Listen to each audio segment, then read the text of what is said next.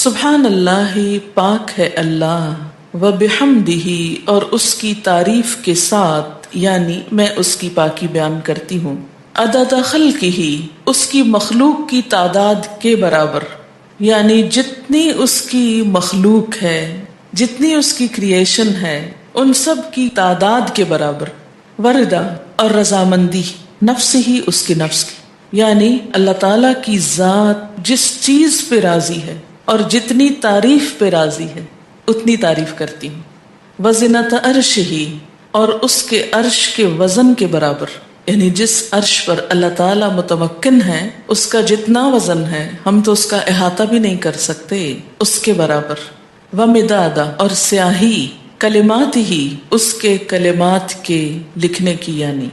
قرآن پاک میں آتا ہے کہ اگر سارے سمندر سیاہی بن جائیں اور اتنے ہی اور بھی، اور سارے درخت قلمیں بن جائیں اور اللہ کے کلمات، اس کی تعریف لکھی جانے لگے تو سارے سمندر خشک ہو جائیں، لیکن اللہ کی باتیں کبھی ختم نہ ہوں۔ تو اس لیے اس کے کلمات یا اس کی باتیں لکھنے کے لیے جتنی سیاہی چاہیے اس کے برابر۔ اب دیکھیں کہ اللہ تعالیٰ کی ذات جتنی بلند ہے اور اس میں جتنی خوبیاں ہیں ان کا احاطہ کرنا ہم جیسے کم عقل اور حقیر انسانوں کے لیے ممکن ہی نہیں، نہ وہ ہماری عقل میں سما سکتا ہے، نہ ہمارے تصور میں، اور نہ ہی ہماری اتنی زندگی ہے، نہ ہماری اتنی قوت ہے، نہ اتنی طاقت ہے، مجال ہے کہ ہم واقعی اس کی تعریف کا حق ادا کر سکیں۔ اس کی تسبیح کائنات کی ہر چیز بیان کر رہی ہے، وَإِن مِّن شَيْءٍ إِلَّا يُسَبِّحُ بِحَمْدِهِ، کوئی چیز ایسی نہیں جو اس کی تسبیح نہ کر رہی ہو۔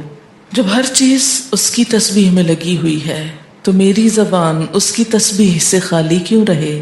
اگر میں نہیں کروں گی تو میری محرومی ہے۔ بے شمار فرشتے صرف پیدا ہی اس لیے ہوئے ہیں کہ وہ اللہ کی تسبیح بیان کریں، اس کی تعریف بیان کریں۔ اس لیے تسبیح کرنا سراسر خود انسان کے اپنے فائدے کے لیے ہے۔ اس طرح انسان باقی کائنات کا ہم نوا ہو جاتا ہے، اور اللہ کی تعریف کے لیے الفاظ کا چناؤ ہم عام انسانوں کے بس میں نہیں، اس لیے ہمیں لازمی طور پر سہارا لینا ہے نبی صلی اللہ علیہ وسلم کے الفاظ کا۔